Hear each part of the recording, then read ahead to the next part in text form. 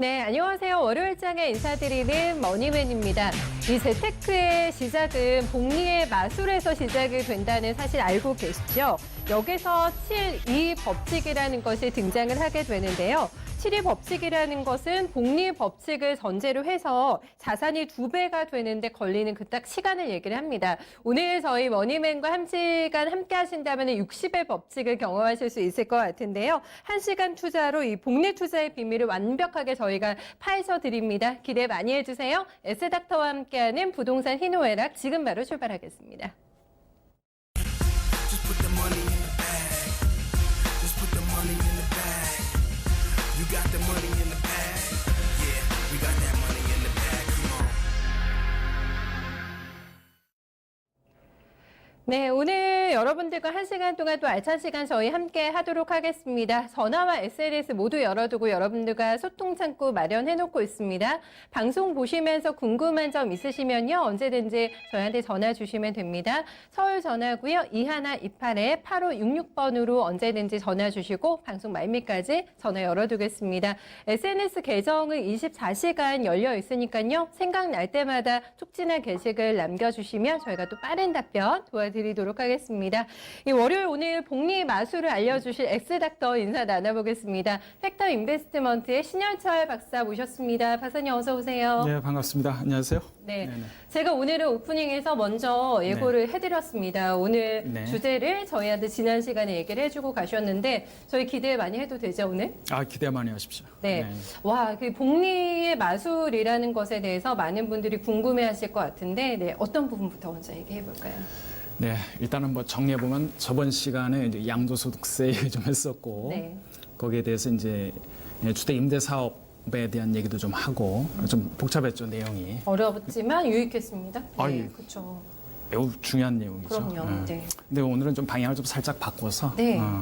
예전에 한번 좀 소개를 해드렸는데 대한민국 상위 1% 되는 법이라는 주제로 맞아요. 세미나도 뭐 하셨잖아요. 복리 얘기를 좀 했는데, 네, 이 복리 상품이 만약에 이 보험 상품과 같이 결합이 된다면 네. 어떤 시너지를 낼 수 있나 이런 것을 제가 보험이랑요? 그럼요. 오, 그래서 네. 한번 좀 고민을 해본 결과 이런 그 하이브리드 복리 플랜 네. 이런 것을 한번 소개를 하면 우리 투자자들께서 좀 상당히 도움이 되겠다 투자에 이런 생각이 들었어요. 그래서 제가 오늘은 좀 약간 좀 보험 얘기도 좀 하면서 얘기를 좀 진행할까 합니다. 우리 앵커님 보험 프로그램 많이 진행하시잖아요. 아, 맞아요. 저도 네. 보험 공부를 꽤 많이 했다고 자부를 하고 있는데 오늘 지금 준비해 오신 내용을 보니까 굉장히 신선하고 몰랐던 내용도 많이 포함이 돼 있어서 아마 잘 들어보신다면은 네. 자산 증진에 유익한 또 1시간이 되지 않을까 싶습니다.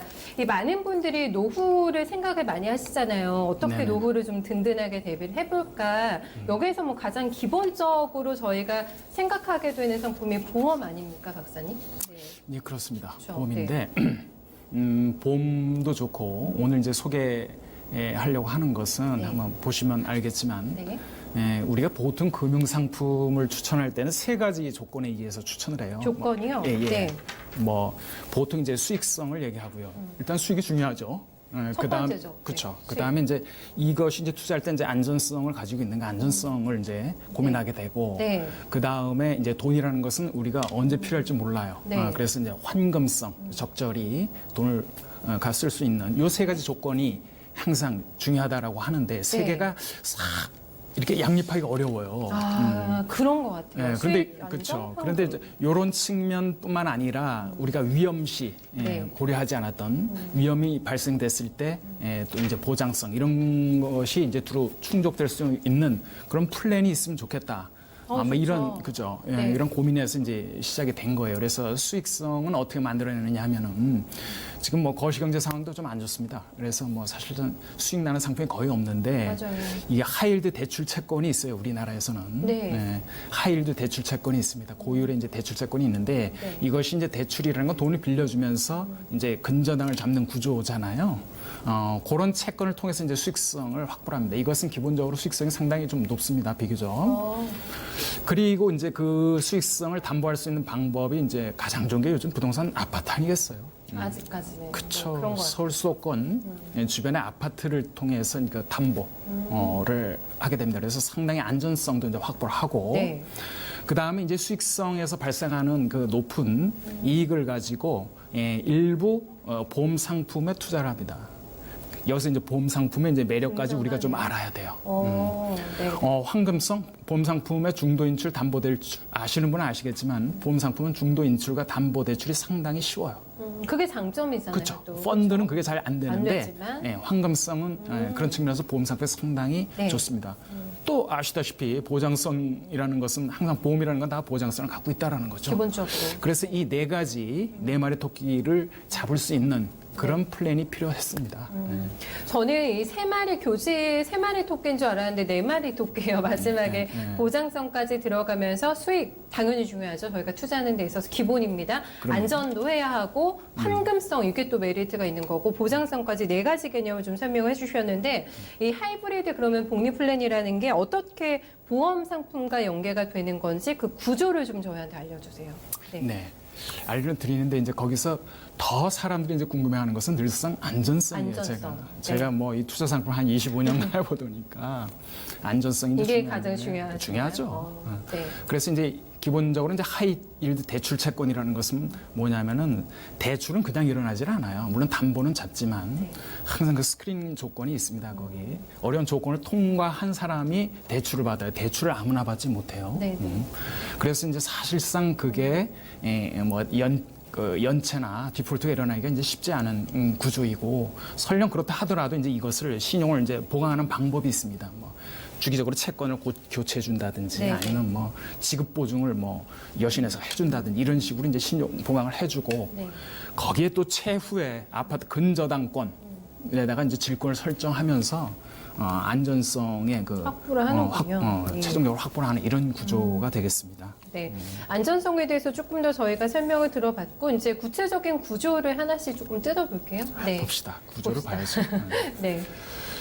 이제 이건데요. 하이브리드 복리 그 플랜이라는 것은 아까 얘기했듯이 하이 일드입니다. 네. 하이 일드 높은 수익률을 준다는 거죠. 추구를 하죠. 그래서 이제 우리가 약 한 15%를 이제 줄 수 있다라고 했습니다. 대충 뭐 이 정도는 이제 설계가 될 수 있어요. 네. 그래서 이제 15%가 작지는 않은 거거든요. 엄청나게 커요. 그럼요. 예. 그래서 이제 저기 5%는 복리로 늘상 굴러가고 네. 복리라는 게 이제 무섭다라는 걸 이제 아시죠? 저번에 한번 얘기했죠.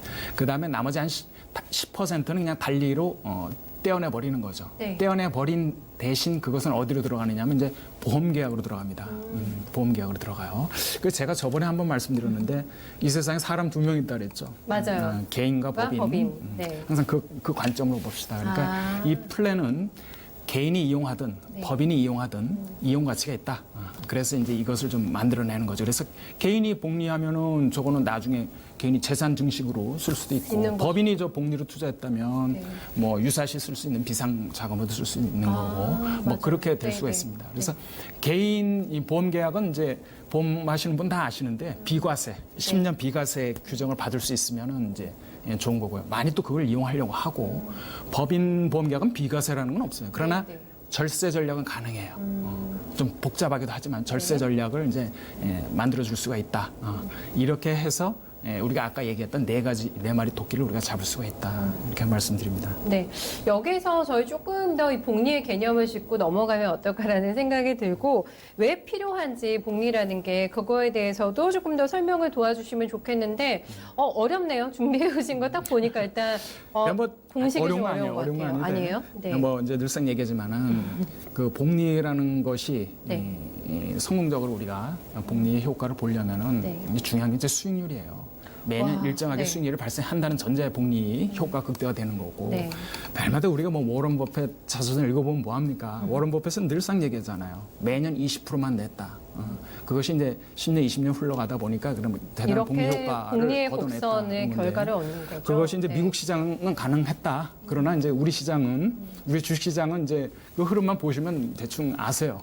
왜 우리가 쉽지 않았는지 뭐 그렇습니다. 그래서 복리를 창출하기는 쉽지 않다. 복리가 창출될 수 있는 가장 중요한 것은 네. 안정된 수익률이 어느 정도 높은 수익률이 지속적으로 발생했을 때 그 효과가 네. 극대화될 수 있다라는 거죠. 그래서 제가 저 R이 수익률이고 T가 기간이라 그랬습니다. 그래서 제가 그 두 개의 R과 T의 콜라보라고 저 얘기했죠. 두 개가 서로 작동을 하면서 복리 네네. 효과를 시키는 것이다. 그게 복리의 네네. 마법이다. 이렇게 소개를 해드렸습니다. 이거 뭐 예전에 한번 한 거 있으니까 관심 있는 투자님은 한번 또 유튜브에 나와 있으니까 보시면 될 것 같아요. 네. 이 공식을 저희가 정확하게 좀 기억을 하고 있어야 되는 두 가지 포인트. 이게 늘어나면서 복리의 마술을 내가 직접 경험할 수 있게 된다. 이렇게 조금 설명을 해주셨는데, 그럼 저희 구체적으로 더 들어가 볼게요, 박사님. 이 보험 상품의 종류와 구조에 대해서 이번에는 조금 뜯어볼까요? 네. 이건 이제 극히 상식적이고 대한민국 사람이면 다 알아야 하는 상식입니다. 그래서 그 정도 수준에서 한번 접근해 보자고요. 네. 보험의 이제 종류라면 한 두 가지 정도는 구분해낼 수 있어야 돼요. 뭐냐면 이제 보장성 보험과 저축성 보험이에요. 이건 다 아실 거예요. 그렇죠? 그래, 아실 겁니다. 뭐 저축성이 이걸 있고. 쉽게 이해하셔도 돼요. 뭐 네. 보장하는 것은 내가 뭐 암이나 뭐 특별한 상황, 뭐 사망이나 이런 것을 말 그대로. 보장하기 위해서 네. 우리가 드는 보험이고요. 저축성 보험은 보험이기 때문에 보험의 기능도 일부 하지만 네. 저기에 투자되는 금액 대부분은 투자로 들어갑니다. 투자. 그래서 투자를 해서 이자를 얻거나 뭐 배당을 얻거나 그렇게 하는 거죠. 그것은 이제 저축성 보험이다. 그래서 네. 보장성의 궁극적인 목적은 순수 보장이고 저축성 보험은 보장 기능도 일부 있지만 목돈 마련, 노후 대비 이런 저축 기능이 큰 의미가 있다. 이렇게 보시면 되고요. 조건은 이거 보시면 돼요. 납입보험료, 보험료라는 것은 내가 내는 거고요. 보험금은 내가 받는 거예요. 그죠? 납입보험료가 보험금보다도 더 크게 되면 그건 보장성이에요. 사실상 보통 순수 보장성은 돌려받는 게 없어요. 네. 돌려받는 게 생존 시 돌려받는 거 없어요. 사망 시는 돌려받겠죠. 사망보험이나 크게. 이런 거. 생존 시 그냥 돌려받는 거면 거의 없다고 네. 보면 돼요. 그냥 납입보험료가 더 크죠. 네, 네. 그게 보장성 보험의 조건이고요. 그러나 저축성 보험은 그렇지 않죠. 내가 보험을 냈다라는 것은 그게 투자되고 있다는 거고 투자되고 있다면 이자나 뭐가 붙어서 더 커졌다는 얘기죠. 그래서 생존 시 당연히 생존 시 받아야죠. 저거는 목돈 마련 노후 대비니까 지급되는 보험금의 합계액이 납입보험료보다 크다. 그거는 저축성 보험이다. 뭐 이런 식으로 정의를 하기도 합니다. 그래서 종류는 이런 게 있고요. 종신보험, 암보험 이런 게 있고요. 저축성 보험으로는 뭐 연금보험 이런 것들이 있습니다. 그거보다도 더 중요한 것이 밑에 이제 세제인데요. 보장성 보험은 보험 차익이 비과세된다는 거예요. 그래서 제가 만약에 무슨 암보험을 들었다. 암이 좀 그런가? 하여튼 암보험 들었다. 그러면 네, 암이 생기면 돈이 나오잖아요. 그죠? 근데 내가 부지런히 분 보험료가 한 100만 원밖에 안 되는데 암이 걸렸기 때문에 한 1000만 원이 나오는 거거든요. 그럼 900만 원은 차익이 생겼네요. 그죠? 보험 차익이죠. 보험 차익이 네. 생겼네요. 네. 그죠? 그러면 그걸 과세해야 되겠다. 그죠? 세금. 안 내잖아요. 그렇죠. 그렇죠. 비과세. 보장성 당연히 안 보험은 내죠. 비과세입니다. 네. 저런 것까지 세금을 거두면 어떡하겠어요. 가슴이 그죠? 아프죠. 네. 그래서 이거는 보장성 보험은 그냥 비과세 끝. 정리가 끝이에요. 네. 저축성 보험도 비과세입니까? 그렇게 볼 수는 없죠. 왜냐하면 저건 이거는, 투자를 한 거니까. 네, 아닐 것 같은데요. 투자를 한 거니까. 그러나 너도 보험이지. 그러면 조건 요런 거 네 가지 조건만 충족시키면 비과세 해주네요. 비과세 해줄게. 아하. 요것이 되는 것이 이제 저축성 보험이다. 그래서 네, 네. 이제 비과세 얘기하려면 이제 저축성 보험 가지고 얘기를 해야 돼. 그러네요. 이 보장성 보험은 뭐 원래 비과세. 다 비과세니까 요거는. 네. 그렇습니다. 네. 저축성 보험도 비과세 혜택만 충족이 되면은 과세 안 해도 되네요. 네, 요게 비과세네요. 그렇죠. 네, 요게 그렇죠. 포인트가 이제 될 것 같은데. 그렇죠. 저게 이제 중요합니다. 중요할 네. 것 같은데, 네, 하나씩 좀 보겠습니다. 사실 근데 보험하면 조금 머리가 아파요. 관계가 굉장히 복잡하지 않습니까? 네. 이 계약 관계자들의 어떤 삼각구조라고 해야 될까요? 이런 거에 대해서 좀 더 봐주시면 좋겠어요. 예. 네. 삼각구조 중요하죠. 네. 삼각구조에 매우 중요한데 요걸 한번 봅시다. 요게 이제 삼각구조인데 뭐 보니까 뭐 사각구조 같네요. 근데 여기서 이제 보험자라고 하는 것은 보험회사예요. 네. 그러니까 중요치는 않아요. 저기는 이제 우리가 뭐 시키는 대로만 하면 되는 거예요. 네. 관계는 계약자, 피보험자, 수익자 이 3자의 관계예요. 네. 이 금융사업이 이렇게 독특하기가 어려워요. 계약자, 피보험자, 수익자 관계예요. 그러니까 계약자라는 것은 내가 돈을 냅니다. 네. 피보험자는 그 이익을 보는 혜택을 보는 대상을 얘기하는 거예요. 저기 보면 이제 보험자는 보험회사고 계약자는 보험사와 계약을 체결하고 그죠? 네. 보험료를 납입하는 사람이에요. 가장 중요하죠. 돈 내는 사람이 원래 가장 보통 중요하죠. 보험을 그렇죠? 들면은 내가 계약자가 그러니까 되는 거죠? 네, 네. 네, 그렇죠. 그다음에 이제 피보험자라고 하는 것은 생명보험의 객체입니다. 그 사람이 뭐 아프거나 네. 뭐 질병이 있거나 재해가 뭐 있거나 하면은 그 사람을 기준으로 해서 이제 이 돈이 나오는 거죠. 받을 수 있는 피보험자. 거죠. 그래서 네. 계약자 피보험자가 다 나일 수도 있어요. 있고. 내가 죽었을 때 네. 또는 내가 뭐 상해를 당했을 때, 그죠? 그러면 계약자 피보험자는 다 나예요. 그래서 자기를 위한 계약이 되는 거죠. 그 돈도 내가 받을 수 있고 수익자도 다 나에게 할 수 있어요. 그러니까 네네. 계피수가 다 나일 수 있는 거죠. 그죠? 맞아요. 세 명이 다. 내가 네. 돈을 붓는데 네. 내가 아프면 돈 줘. 누구한테? 나한테. 그러면 계피수가 그 보험금을 다- 또 내가 수령했어? 그쵸. 그러면 삼각관계가 다 나은 거네요. 그러면 이제 이게 이제 깨끗한데 네. 문제는 계피수가 또 다를 수가 있어. 있죠. 다를 수. 그럼 이게 또 이 국세청에서 보면 이게 저거는 증여인데 저거 이상하다.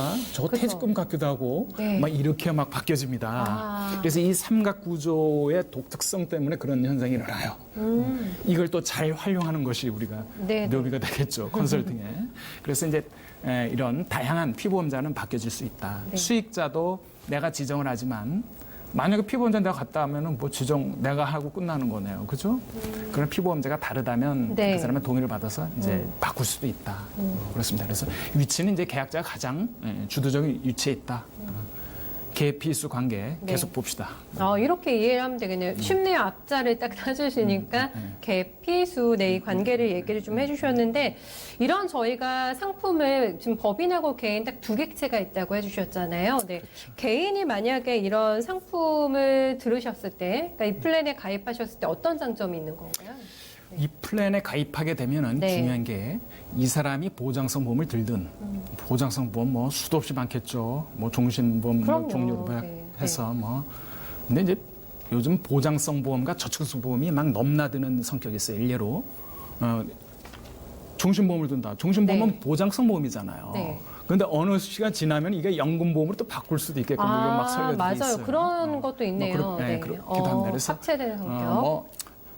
투자자 또는 뭐 FC들이 어떠한 뭐 상품을 추천하거나 든다 할 수도 있는데 핵심 뭐냐면은 거기에서 발생되는 이익이 소득이 네. 어떻게 돼야 된다? 비과세가 돼야 돼야 된다. 된다는 거예요. 네.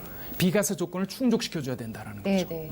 그래서 이제 뭐 보장성 보험은 상관없지만 저축성 보험 같은 경우는 이익이 발생하기 때문에 거기에 대해서 비과세를 받게 해주는 것이 매우 중요하죠. 네, 네. 그죠? 그런데 그 비과세가 그렇게 간단치가 않아요. 그래요? 제가 예전에 2013년 2월 14일 전까지는 뭐냐면 그냥 우리는 10년만 외우고 있었어요. 10년. 네, 10년만 납입하면 네, 된다. 만기가 됐던 그 중간에 중도 해지가 됐던 네. 10년만 지나면은 그러면. 10년만 지나면은 그냥 비과세 이렇게 되는 거였죠. 10년만 지나면 비과세였는데 네. 이제 그게 저 넘어가서 2013년부터 2월 14일부터 2017년까지는 좀 이렇게 복잡해졌어요. 뭐 이렇게 플러스가 되네요, 아우 자꾸. 아주 힘들어. 네네. 외우기도. 네. 보험은 보통 한번 일시납을 할 수도 있고 네. 월납을 할 수도 있고 할수 그런데 있죠. 되게 이제 월납이 많죠. 많죠. 근데 부담되시니까. 그럼 월납하시는 경우는 어떻게 비과세가 되느냐 하면은 일단 10년 유지는 기본으로 들어가는 거고 네. 5년간 납입을 해주세요. 아, 월납을. 네네. 그러나 들어가는 돈이 기본 보험료라래요. 들어가는 돈이 50만 원 이렇게 적어놨으면 50만 원이 꾸준하게. 계속이요? 균등해야 돼. 이게 아. 30만 원 떨어 이러면 안 돼. 아하. 그럼 비과세가 아니라 과세로 바뀌어요. 네네네. 그래서 10년 유지, 5년 납입, 기본 보험료 균등 이렇게 이제 했어요. 그래서 그러니까 능력 한도 뭐, 내에서 들어야겠어요. 이거를 무리하게 네네네네. 드시면 또 안 될 것 같고. 뭐 근데 가만히 보니까 네, 무슨 한도는 없네. 금액의 한도는 그러네요. 뭐 기간만 있고 네, 그거는 조금 아직 금액이 남아 있네. 약해도 그죠? 그렇죠, 된다는 거잖아요. 좋습니다. 네. 그 밑으로 한번 가보죠. 종신형 연금. 종신형 연금 뭐냐면 죽을 때까지 내가 연금 받는다는 얘기예요. 네, 근데 이거는 뭐냐면은 아주 활성화는 되어 있지는 않지만 이게 어떻게 되어 있냐면 55세 이후에 연금을 수령하시고 사망할 때 소멸합니다. 중간에 해지도 안 돼요. 그리고 그래요? 계피수가 다를 수가 없어요. 똑같아야 해요. 다 동일한. 예. 그게 무슨 사람이어야 얘기냐면 되나요? 네. 당신이 돈 붓고 당신이 죽을 때까지 받고 당신이 다 소득자로 수익자로 다 돼 있어라 이거예요. 그러니까 당신 스스로 노후를 이렇게 만들어 놓는다면 그거에 대해서는 비과세를 해주겠다. 뭐 일시납이니 뭐 월납이니 뭐 금액 크게 따지지 않겠다는 한도 없이 해주겠다는 거죠. 네네. 그게 이제 종신연금의 컨셉이고요. 그다음에 이제 일시납은 10년 유지해 1인당 2억 원 한도까지 2억 원 딱 넣고 10년 유지하면 거기에 발생한 소득 그래 비과세 비과세 해줄게 이것도. 이런 거였는데 네. 그게 2017년 3월 30일까지야 그것도.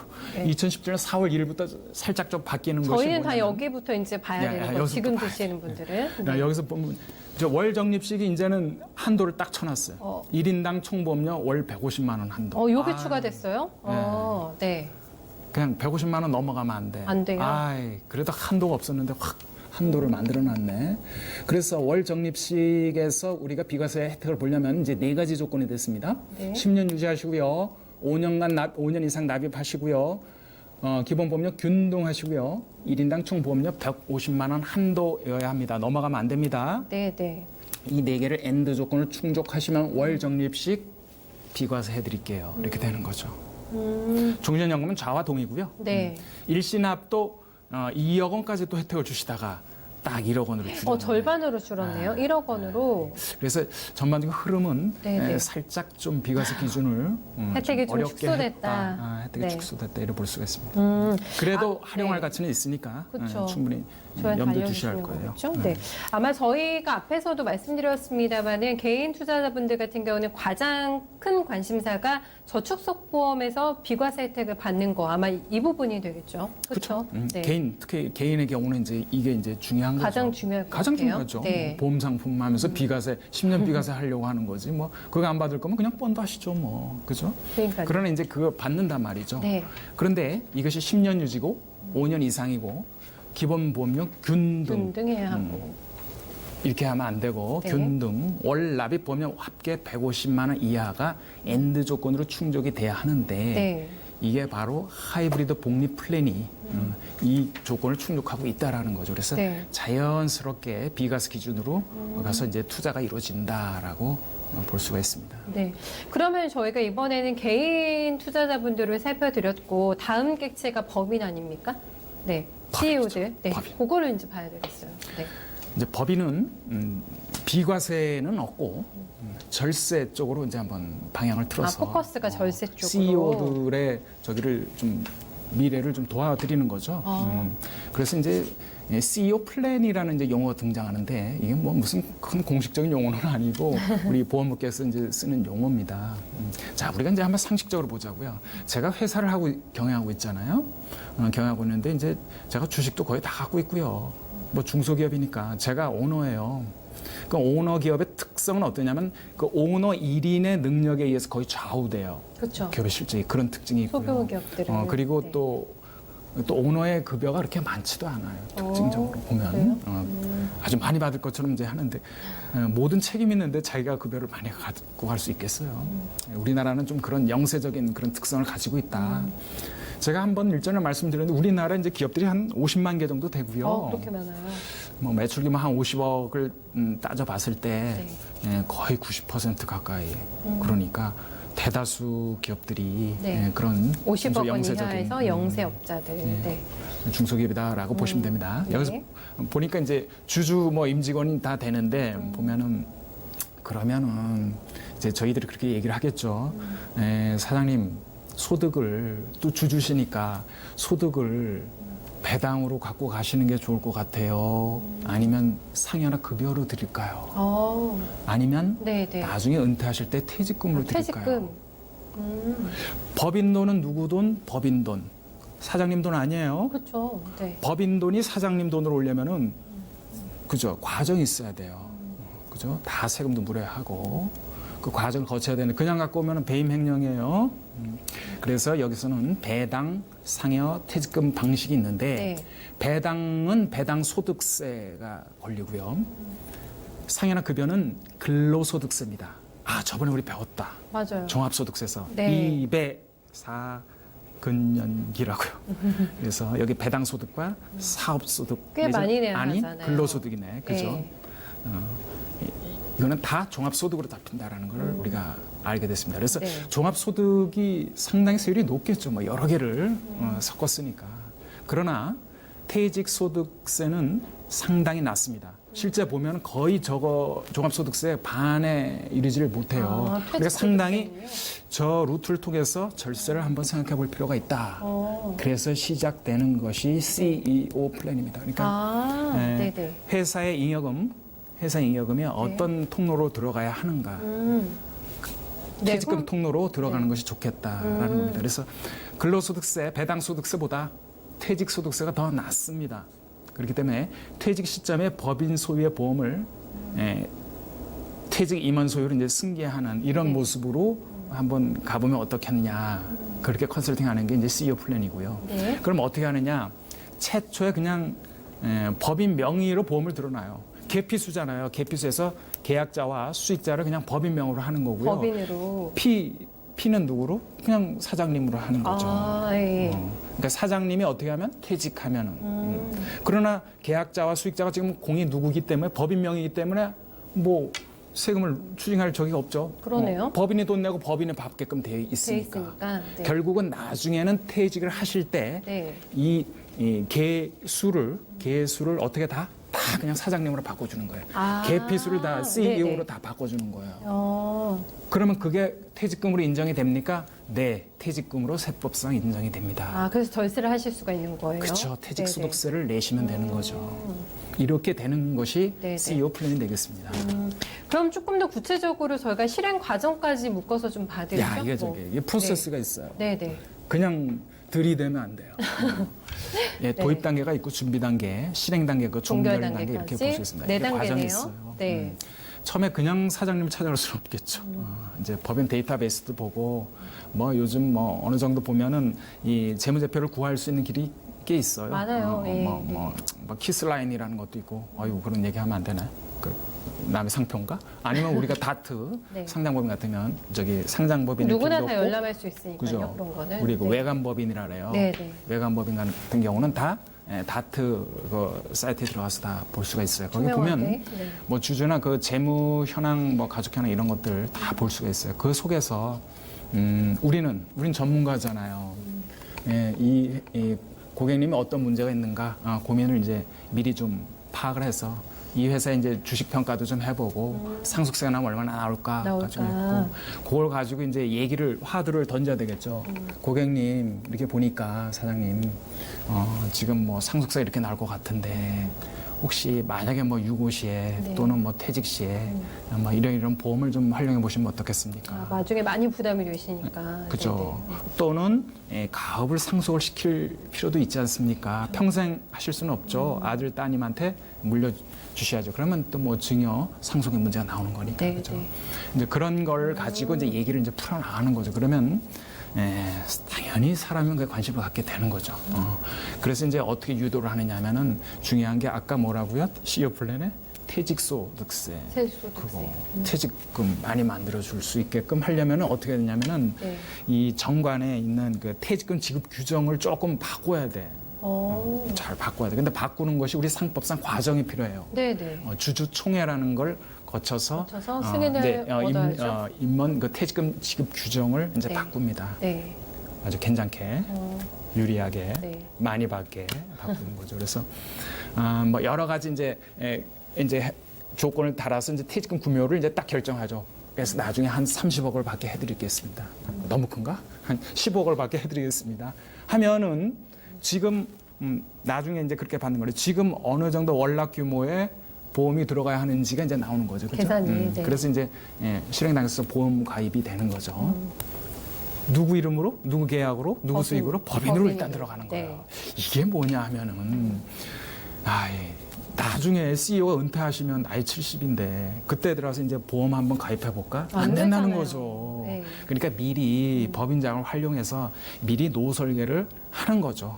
그러다가 나중에 퇴직금 명목으로 받는 것이 현금이 아니라 보험 증서를 그냥 받으시면 돼요. 그걸 가지고 연금을 받으시든 뭘 하든 그렇게 활용을 하면 되는 하시면 거죠. 되는 것이고. 퇴직소득세가 적으니까. 어허. 그렇게 해드리는 것이 이제 CEO 플랜입니다. 그래서 그 보험 증서 승계하시고요. 이때는 그죠? 계피수에서 계수를 이제 다 계피수가 공이 다 CEO로 바뀌는 거죠. 그때, 사장님으로 네, 그죠? 네. 그럼 이제 퇴직소득세 좀 내면 되는 거예요. 네. 그 다음에 이제 보면은 왜 이제 상속증여 얘기가 나왔냐면은 네. 상속증여가 중요해요. 이때 뭐냐면은 이 기업의 가치는 자산 가치, 수익 가치 이렇게 두 개를 합산해서 구해요. 그다음 비중치를 어디에 더 두냐면 수익 가치에 더 둬요. 네. 4대 6 이렇게 돼요. 수익 가치라는 것은 세무상 어떻게 평가하느냐? 과거 3년치 소득을 평균. 기준으로 해요. 평균. 네. 근데 보세요. 지금 어떻게 일어났냐면은 수익 발생하다가 마지막 때 퇴직금 딱 주시면서 회사는 법인세는 딱 비용 처리가 되는 거예요. 퇴직금. 네, 네. 그러니까 수익이 떨어진 거죠. 평균 또. 수익을 낮췄다. 아, 결국은 주식 가격을 낮췄다. 비상상 주식 가격을 낮췄다. 낮췄다는 네. 의미는 쉽게 증여할 수가 있다. 그렇게 되는 거잖아요. 네. 그래서 상속 증여도 아울러서 고민해서 말씀을 드리는 뭐 이런 것이 중요하겠습니다. 요거요. 이제 처음에는 최초 계약 시점에 법인, 임원, 법인 깔끔하잖아요. 계약자 돈 버는 사람 것도 법인이고 받는 것도 법인인데 뭐 세법상 무슨 문제가 있어 이렇게 되는 거죠. 그러다 임원 퇴직 시점에는 딱 임원으로 바꾸니까 이게 뭐지? 네, 이거 퇴직금입니다. 퇴직소득세 내면 되는 거죠. 네, 네. 이렇게 꾸며지는 겁니다.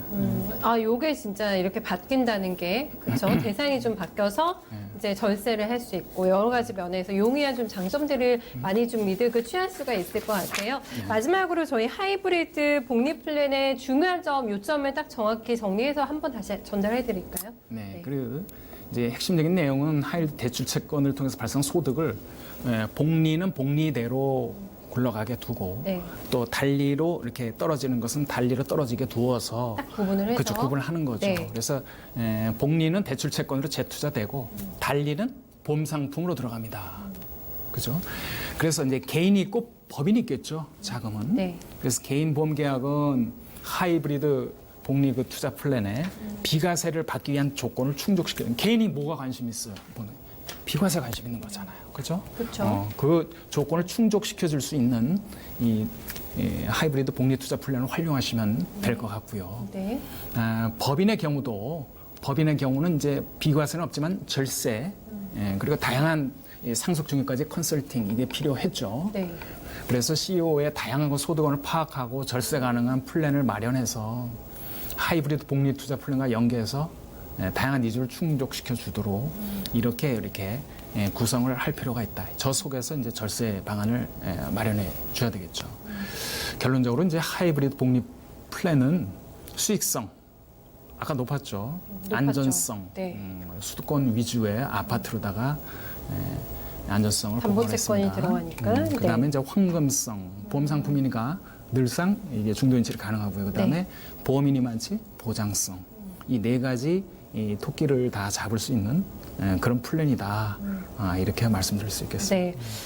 글쎄요, 비과세죠. 개인 같은 경우에는 법인은 아마 이 절세가 굉장히 클 것 같아요. 효과가. 네, 금액 자체가 크게 움직이기 때문에 이런 또 장점을 취할 수 있다는 점을 저희가 살펴봤습니다. 이렇게 이슈를 말하다에서는요, 하이브리드 복리 플랜에 대해서 저희가 내용 점검 도와드렸고요. 여러분들 궁금해하고 계신 모든 재테크 관련된 고민 저희가 덜어드립니다. 아래 번호로 연락 주시면 되는데요. 2128-8566번, 또 여러분들의 고민 상담 도와드리는 잠시 후 아나토미로 이어가도록 하겠습니다.